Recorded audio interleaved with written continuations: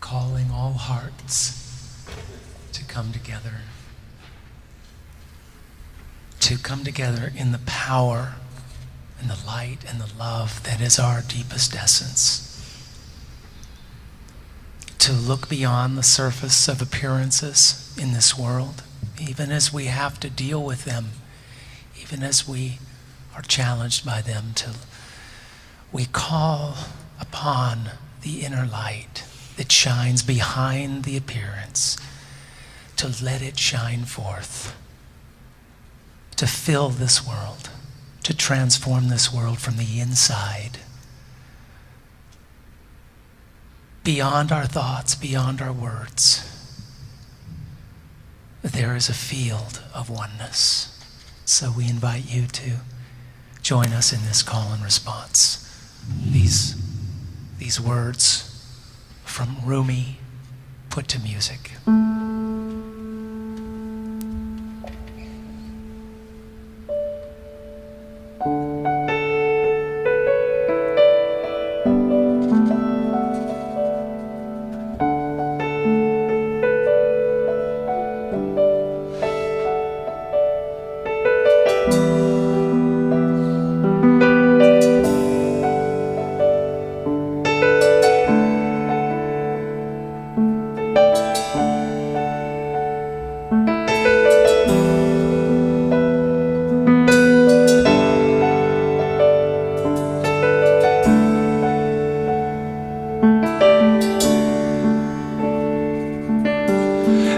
Beyond ideas of wrongdoing and right doing.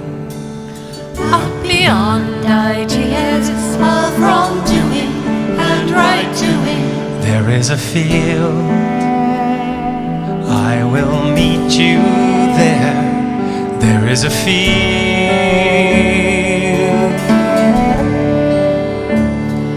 There is a field, I will meet you there. There is a field.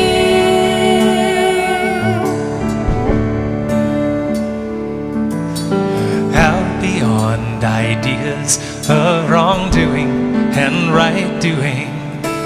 Out beyond ideas of wrongdoing and right doing.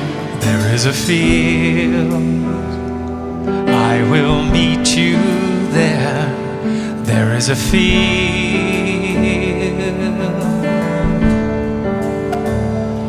There is a field, I will meet you there. There is a field.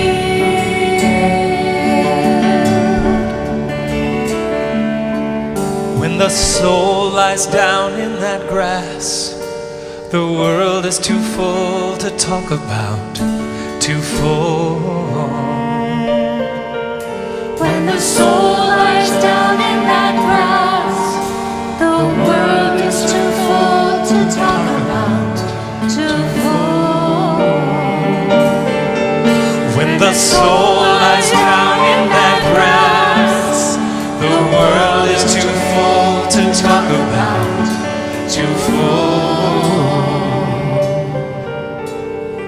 Out beyond ideas of wrongdoing and right doing. Out beyond ideas of wrongdoing and right doing. There is a field, I will meet you there. There is a field.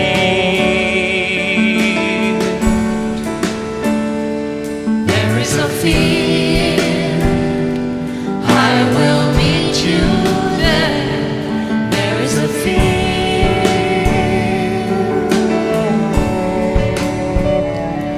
There is a field, I will meet you there.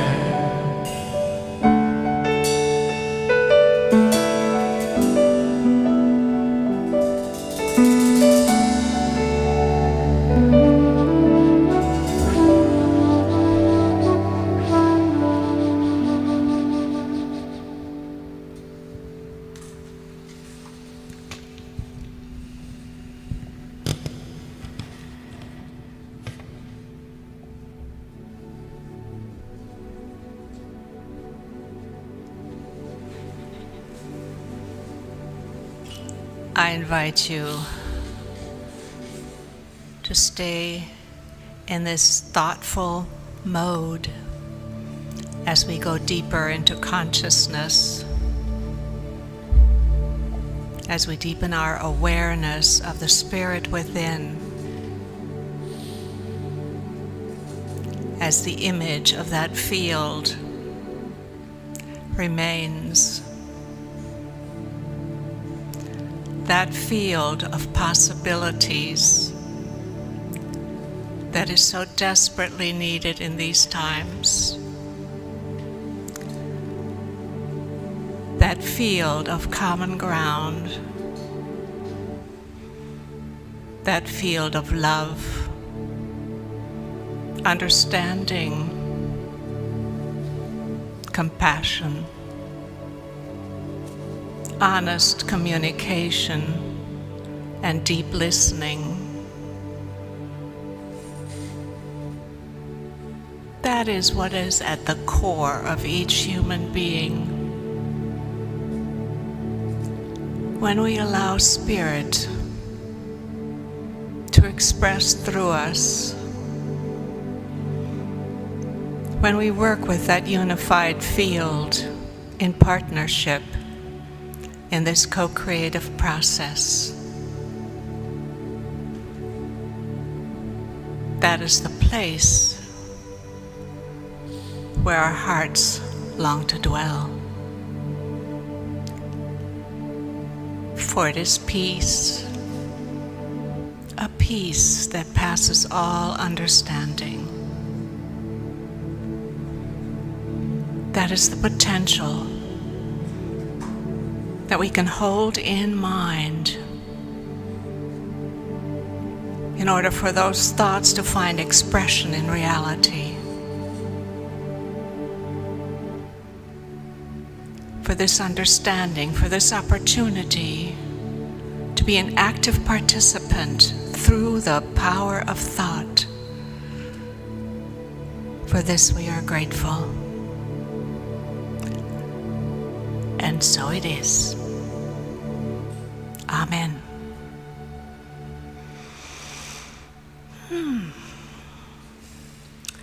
Well, good morning, Unity.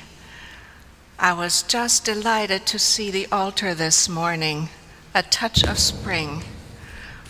Not only a sunflower tablecloth, but real sunflowers to remind us it's almost equinox, just a few days away.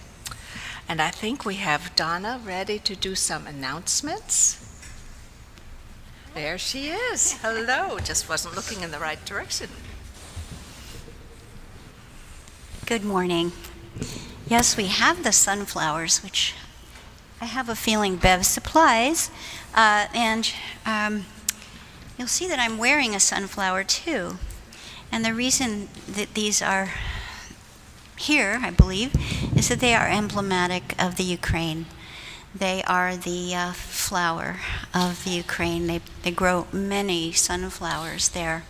So I'm wearing this little sunflower in honor of those people who are going through so much challenge right now. And Bev supplied us with these gorgeous flowers for that purpose as well. So thank you all for being here with us. And I have some announcements for us today. It's really good to be back, by the way. It's been a long time since I've been on this platform up here doing anything, kind of been busy with other stuff. So I'm grateful to be here and know that you're out there and seeing your faces. So prayer requests. If you're in need of prayer for yourself, a loved one, or a friend, or for the state of the world, please let us know. We love praying for you and with you, and of course, you can contact Reverend Inga. And the sign is right here with Reverend Inga's telephone number on it, and feel free to call her for that prayer support and to offer yours. March bulletin is posted now on the website. So check it out at the website at www.unityofthevalley.org. And we're having a course coming up, a new course called Living Unity Principles. John West, that guy over there, will lead this 4-week Zoom class on Wednesdays at 6:30 p.m., and that's beginning March the 9th. That's this coming Thursday. This class will be in tandem with our Sunday services in March, which will be focused on our basic unity principles. Those who attend the Zoom class and our online Sunday services in March will be eligible to become voting members of Unity. To register for the class, email or call our offices. Our office. We only have one office. And next Sunday, daylight savings begins. Really? That seems so early. Be sure to set your clocks forward 1 hour. It's going to feel early, Donna. It is. It is. Honoring our own divinity. That's next Sunday's theme. John West will explore how Unity's second basic principle can lead us toward greater fulfillment. All right. Thank you all, and have a wonderful Sunday. Thank you, Donna. We're going to have a sing-along now. It's one of my favorite songs of John's. It's called Shine with the Brightest Love, and it's a happy song, and the world's not a very happy place right now, but I wanted to do this song because somebody near and dear to me reminded me in shared leadership meeting last Wednesday that even though the world may be full of turmoil right now, nature is still just abounding with beauty. And so if we can tap into the natural beauty that's around us, can help lift our spirits, and that will better equip us to deal with whatever challenges we have. So let's sing our hearts out right now. Let's sing Shine with the Brightest Love. 1, 2, 3, 4.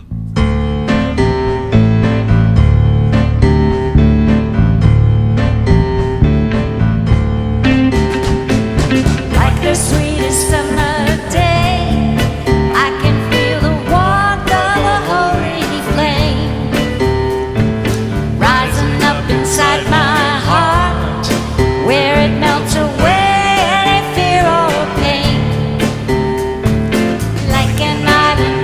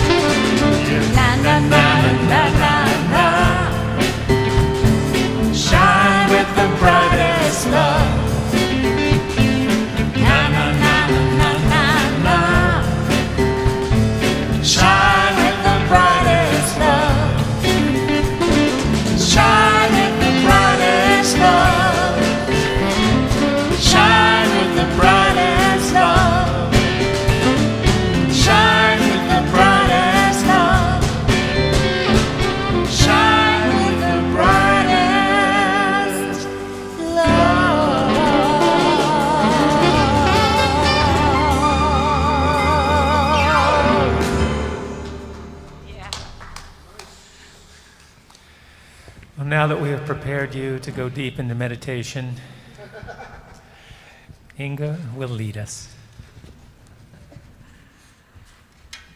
Breathe in the energy of that song.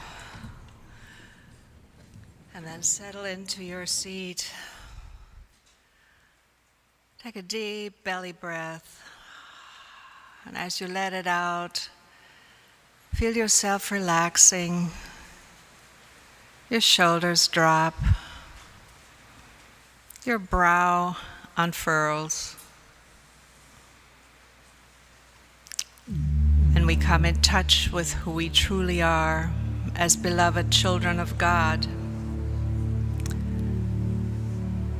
For wherever we are, there is that one presence, that one power that enlivens us, that expresses in us, as us, and through us. Imagine that it is speaking to you, saying, "Listen, my beloved, I am always with you. My light shines within you as intelligence and wisdom. My life is your life expression. My love fills your heart with understanding and compassion. My peace is your comfort, your sustenance. My power will see you through any challenge. My grace is sufficient for your every need." So let us take a moment to let those words sink into our bones and simply let the music guide us.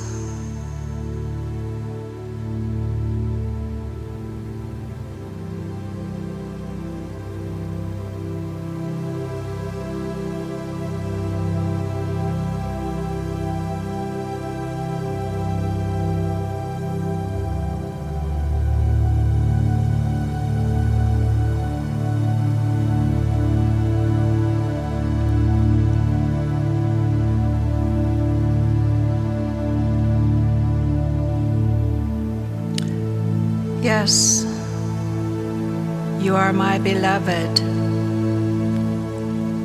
and you live in my presence always. May you live in joy. May you live in peace. May you live in abundance. I show up in your life in many different ways. Just look around. Just listen. And remember who you are, my beloved child. For this understanding we are grateful. Amen and amen.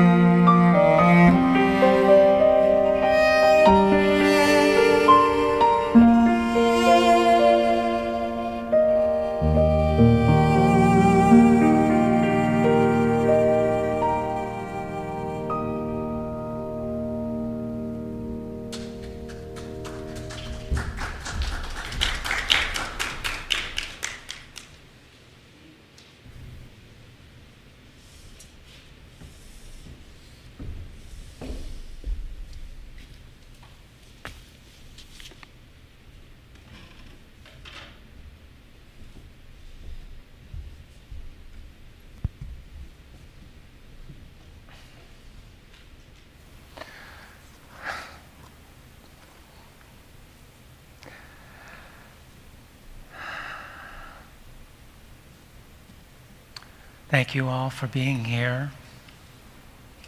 Our little team and all of you out there connecting to us in spirit.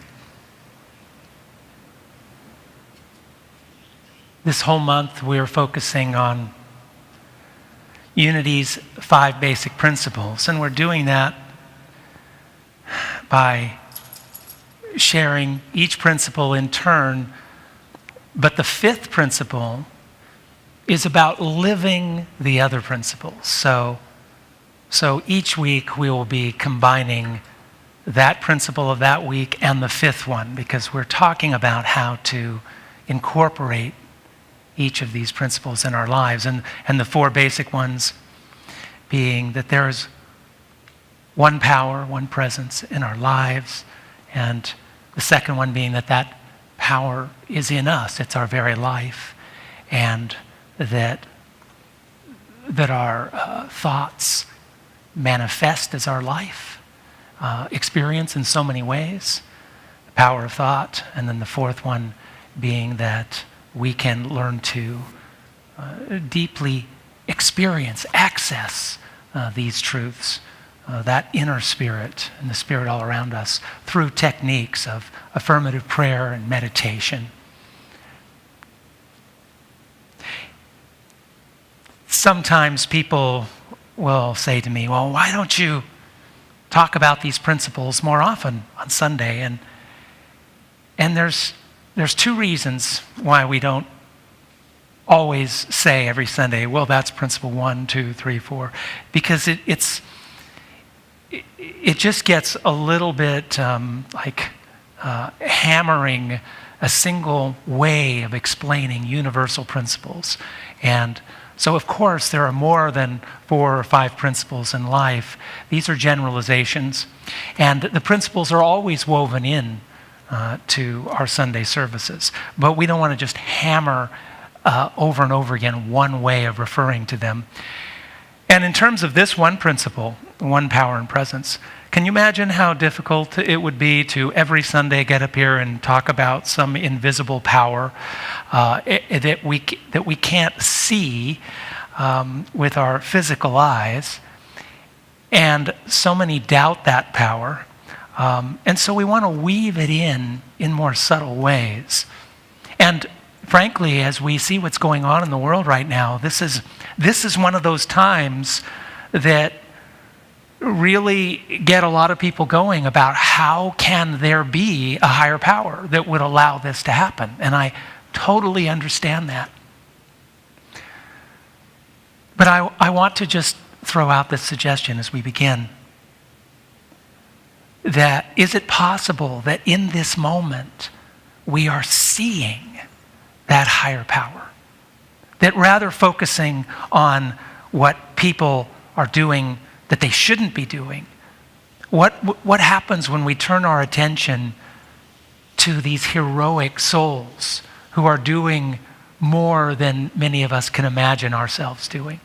Is it possible that they are drawing on a divine love, a divine courage that illustrates that underneath the darkness of our confused, misguided thoughts, that there is a higher truth, that there is a higher love? I just want to suggest that. And I really approach this topic with so much humility because I respect all viewpoints. And there are many viewpoints within our own spiritual community. There are people who tell me, who come here on Sundays when we are open to services, that they don't believe there is a conscious power everywhere present.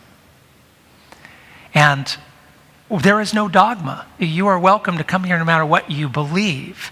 And really what unity is about is, rather than telling you what to believe, I prefer to think of unity as offering teachings that you can test in your own life. And what is more important, far more important than memorizing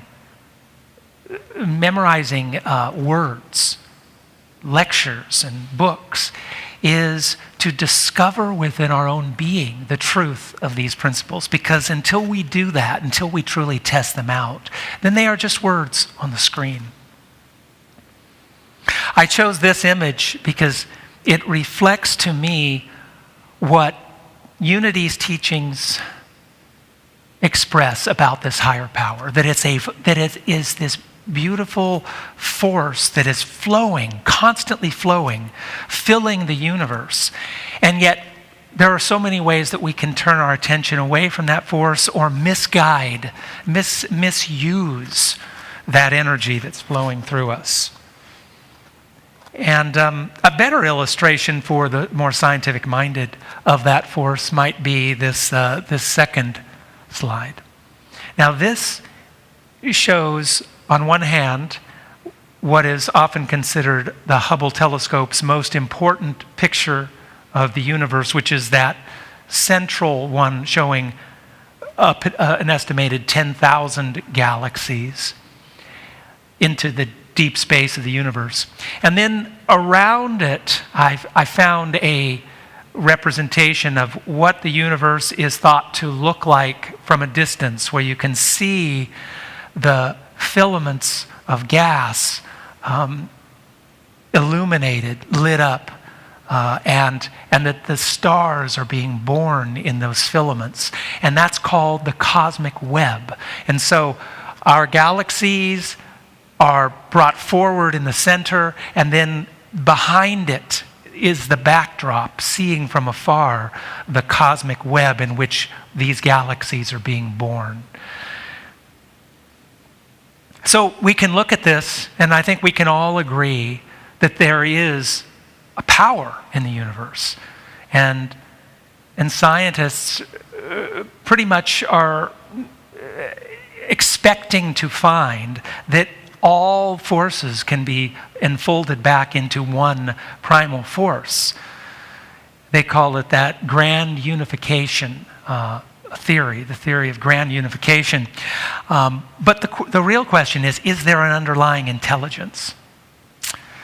And as we look at Unity's principle, the first principle, I want you to notice something about it, is that it's ever-changing, because words can be fine-tuned. And so I'm going to put up on the screen a recent version that Unity headquarters had given, and then the very current one. And you'll notice some difference, some evolution perhaps. The more recent one, and it's pretty close to what we have still on the back of our bulletin, is that there is one presence, one power, God, the absolute good. Well, currently, that has been rephrased to this: God is everywhere and always present in every circumstance. This divine energy underlies and animates all of existence.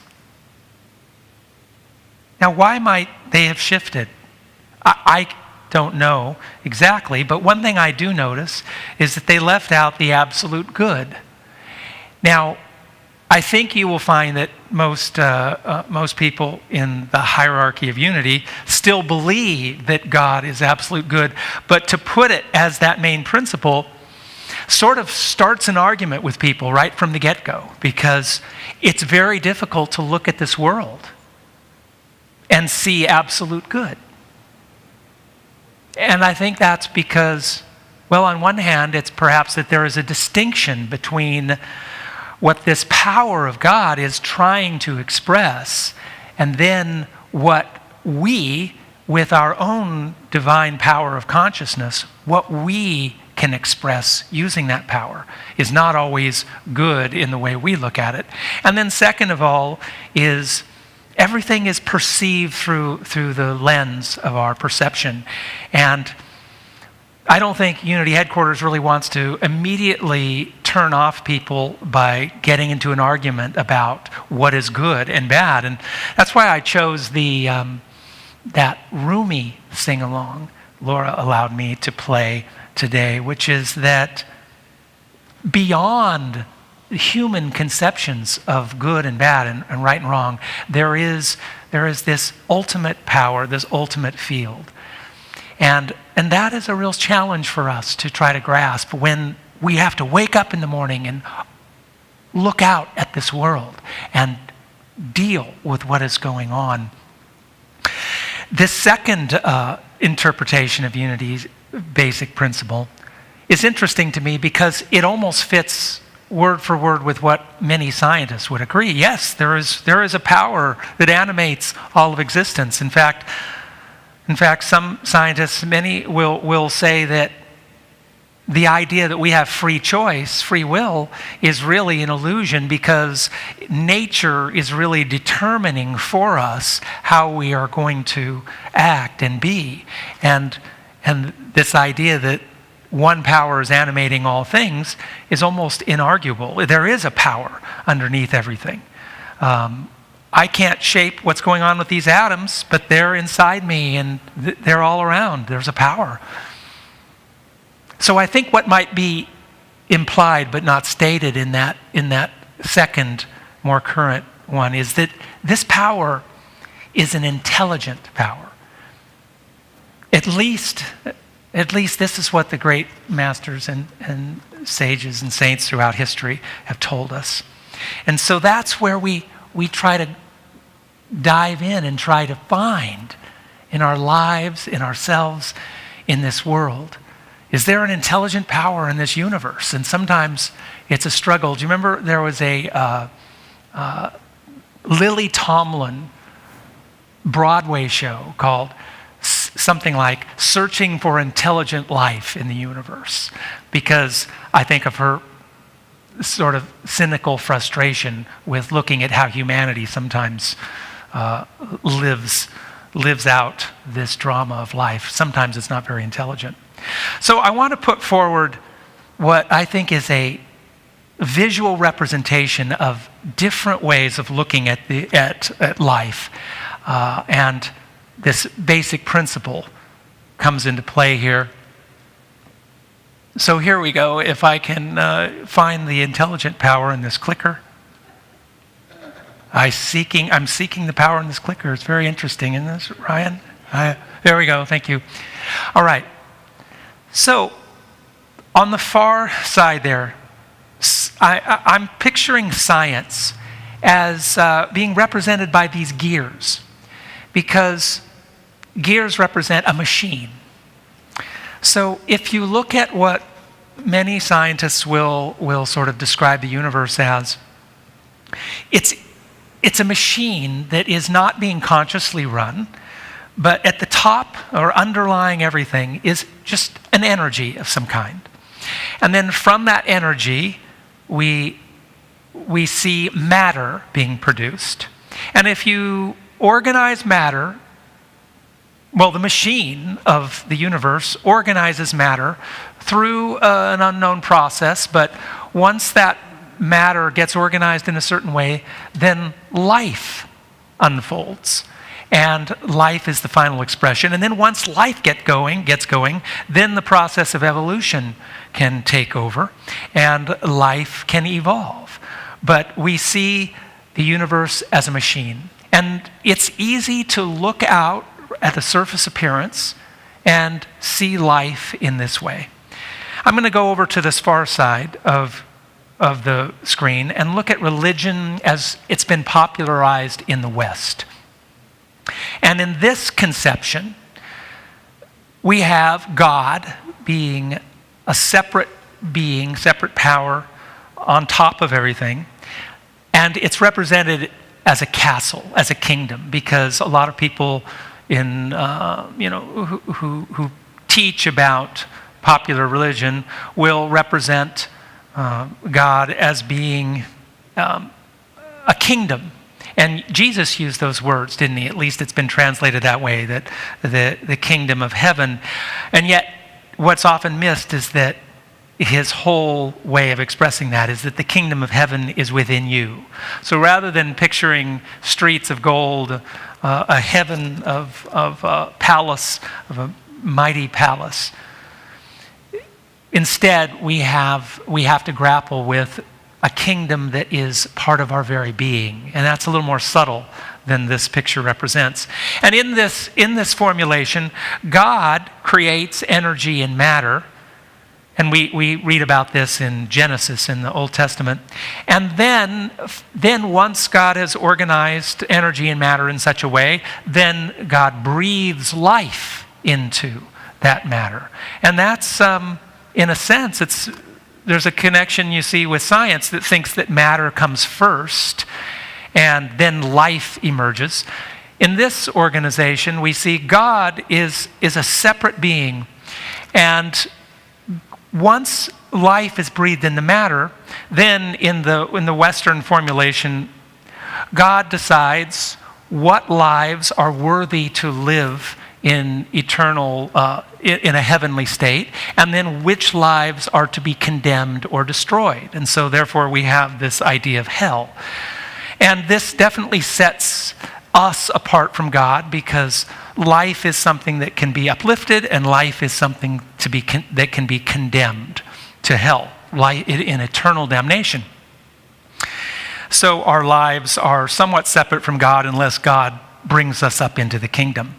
Now, in the center, we have the way I've represented unity with a picture of a waterfall. In this representation, life and God are synonymous. There is no separation between life and God. And what happens is that as this pure life, this pure life that needs no physical form to exist, it uses its own energy to manifest the physical energy around us. And then from that energy is condensed into matter. And then the life moves through the matter and uses it. That's why we use these terms that we are instruments, and the body instrument. In this formulation, matter is not the creator of life. Matter is much more similar to virtually any machine that we see that humans create. A machine is formulated by a consciousness, by a living consciousness. And then the consciousness directs fuel into it. And in the case of computers and the sophisticated machines that emit sounds and music and television imagery, those things that in some way are similar to the human being. You know, what machine is more similar to a human than a machine that can speak, that can put forth sounds and present images, and the same way we can imagine things. And so we know that if we walk into a room and we see on a computer screen, we see images, we know that there is a life, a consciousness that is flowing through that, put its energy and thoughts into that machine. But if a caveman walks in and sees a radio, hears a radio or sees a TV, he's thinking, oh, this matter is somehow creating it. Well, isn't that interesting? That's how many scientists think that matter is doing, that the matter of this body is creating all my thoughts. So in unity, life comes first. Life is flowing through all these things. And it's this incredible power that can't be stopped. Now, we look at a waterfall and we see beauty, but we know that we can also have our body form completely demolished if we misstep, if we don't approach the waterfall in the right way, if we just throw ourselves off the edge and don't understand how the flow works. And the same is true with this divine energy.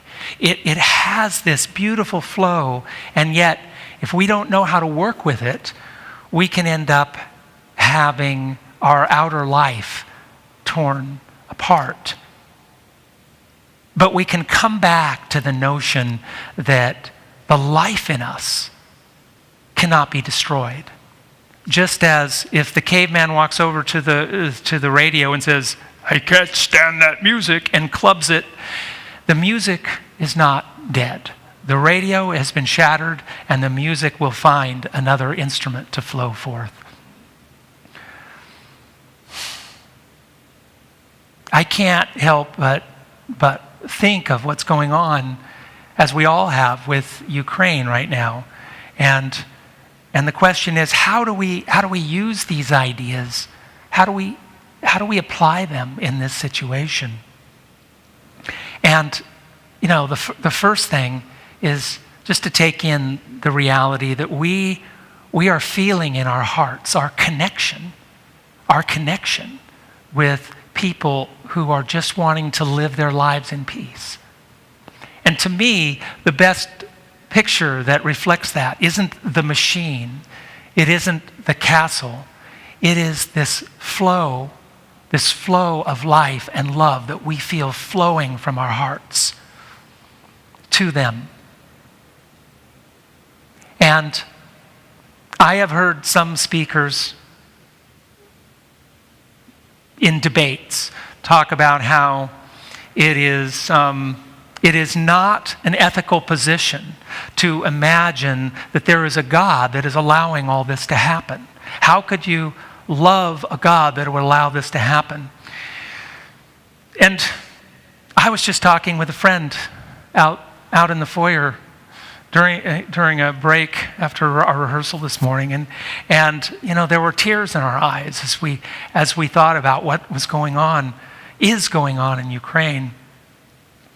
And I guess I just have to approach this very humbly and say that I cannot look at the surface of life and claim to know what is truly going on. I believe that there are dimensions, just as scientists would say about matter, that there are dimensions, that there's a higher dimension, there's a deeper, subtler dimension to matter, which is energy. I think that what we see on the human plane with our eyes, what any child can look and see what's going on in Ukraine, is not necessarily the deepest level of what's going on. That there is something more subtle. That there is a spirit in the hearts of those people that no tyrant can destroy. To me, it gives life a much greater sense of justice to know that no one, no matter how misguided, no matter how much they are just off track in how to live and be a part of the flow of life, that they cannot take away your true essence. And that perhaps, as the great saints and sages have taught us, that this time on earth we spend is just a very brief parenthesis in our eternal existence. So, let's go a little deeper into Unity's explanation of this principle, this first principle. And from the book, The Five Principles, by a Unity minister, Ellen Davenport, she writes, "With principle one, we broaden our understanding of God to a field of love and intelligence that is the foundation of the universe. God is not a supreme being watching, judging, parenting, or protecting us, but rather the substance of all that exists, including us."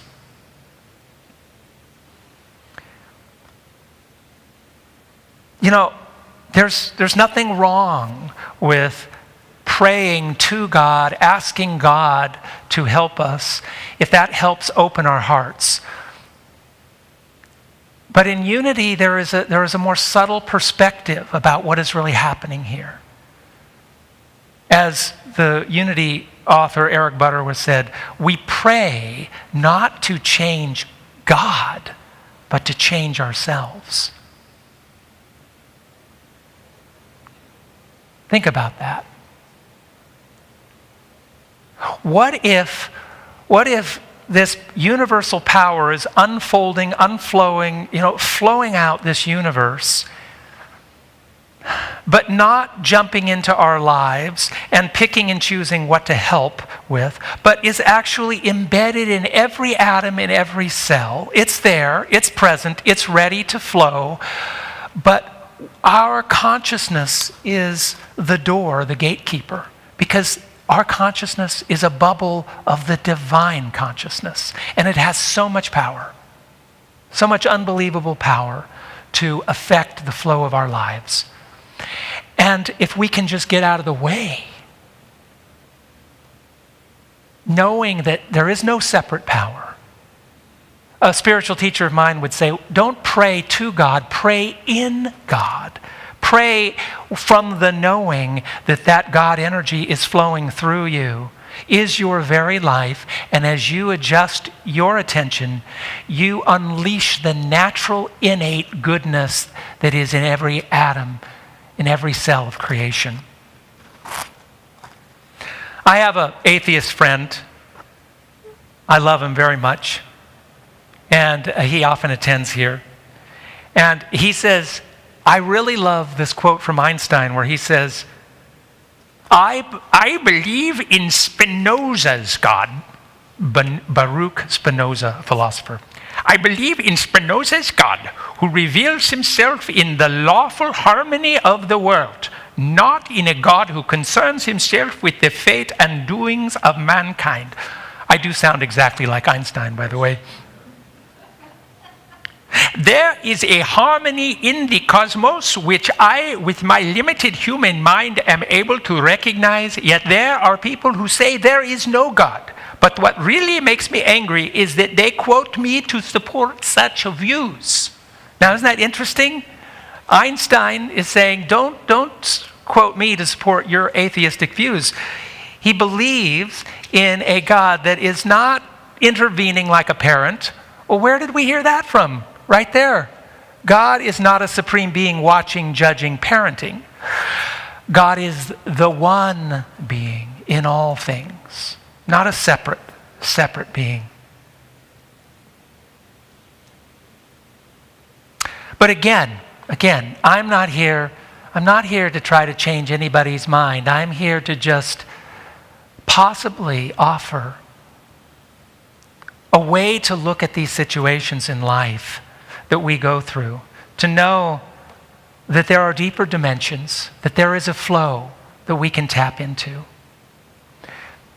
Laura, when you were playing that music, and I wish you would begin again, it reminded me what I knew as a small child when I would hear music.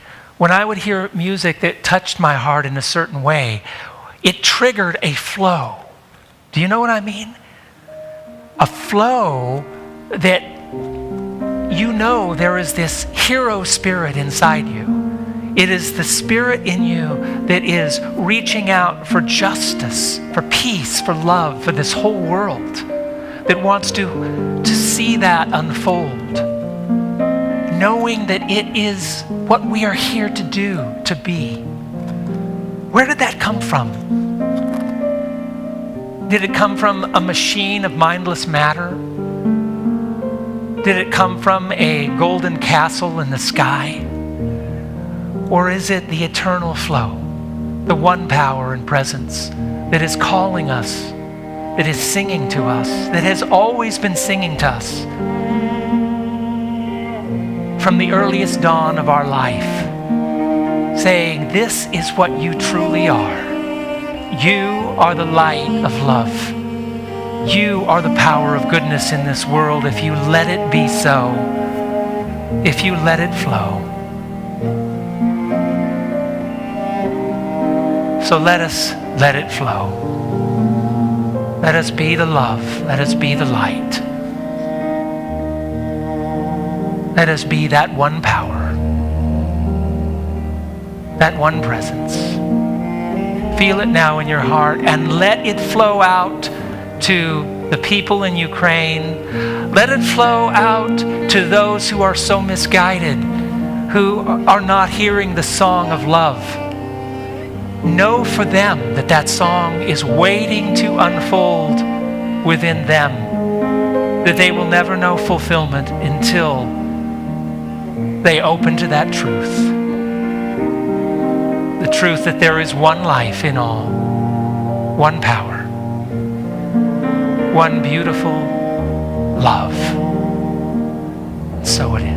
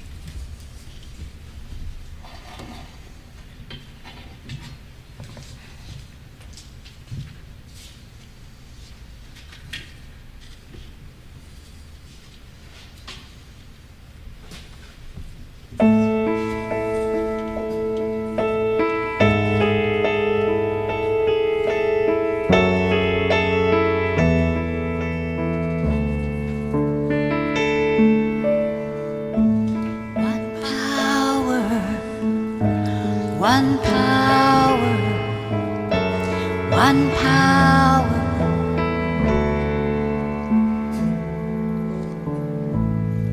There's one power invisible, and you see it everywhere and every day. One power indescribable, and you speak of it with every word you say. Mysterious until you know the truth, as simple as the love inside of you. Call it God, call it Spirit, call it Jesus, call it Lord, call it Buddha, Baha'u'llah, angels' wings or heaven's door. But whatever name you give it, it's all one power, can't you see? It's the power of the love in you and me. One power, oh, one power, one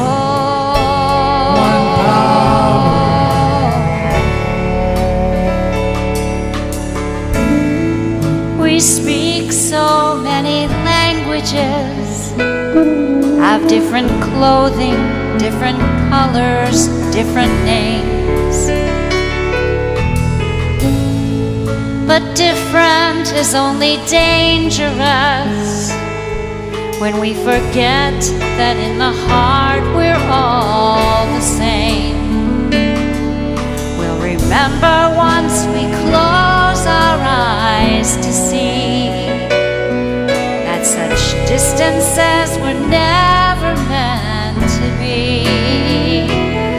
Call it God,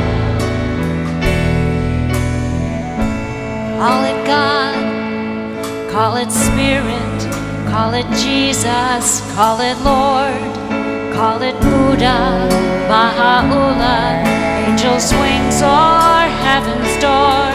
It's Mohammed, it's your mind, it's your soul or it's your sign. It's the universe, it's music, Mother Earth or Father Time. But whatever name you give it, it's all one power, can't you see? Whatever name you call it, it's the very air we breathe. It's the power of the love in you and me. One power, it's what we are.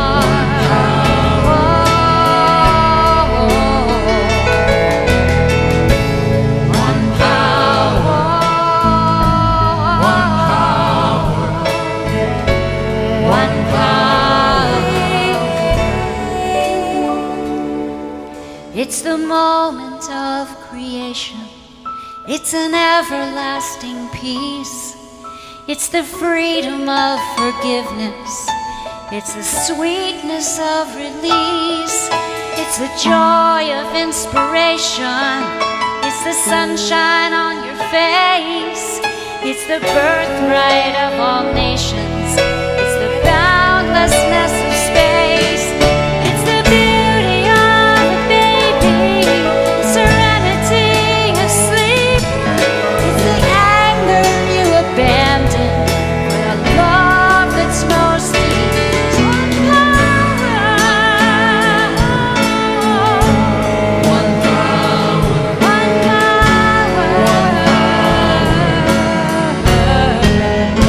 What we are is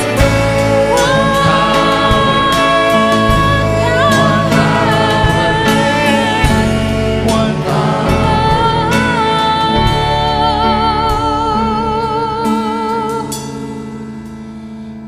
It's the power of the love that lives forever in you and me.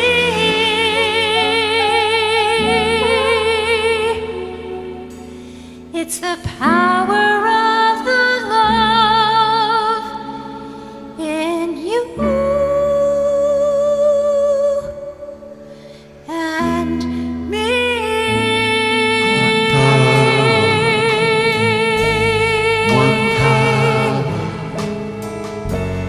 One power.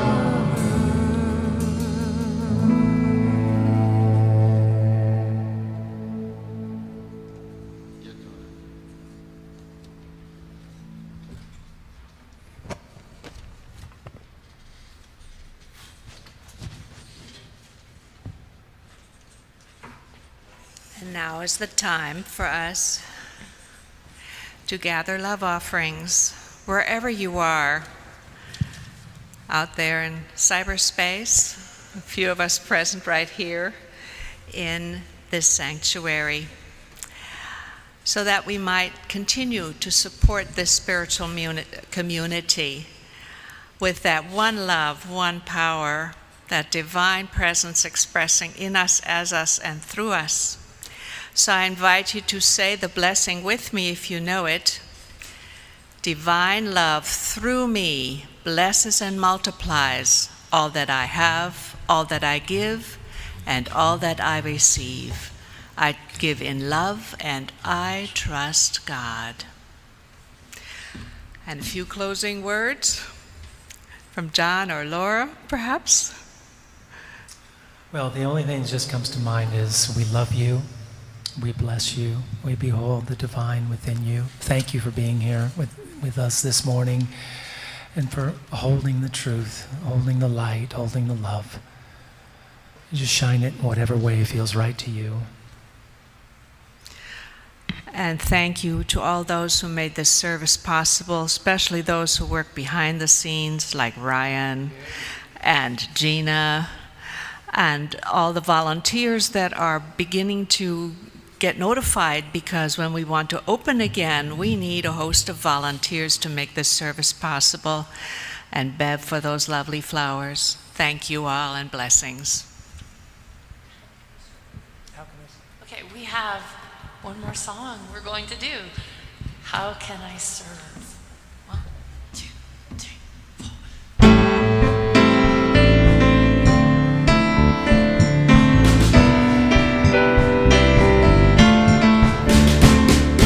How can I serve today, sweet Spirit? How can I serve today? Speak in ways that I will understand. Where you lead me, I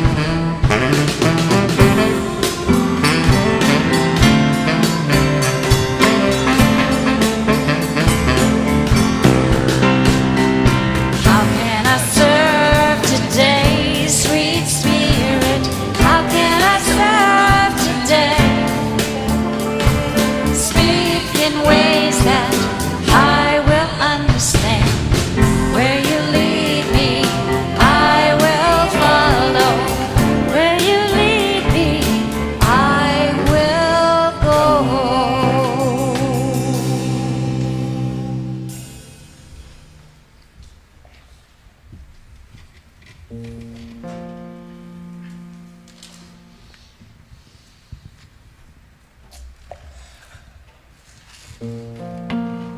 it's times like this when we realize the peace song speaks the truth that we need so much right now in our world.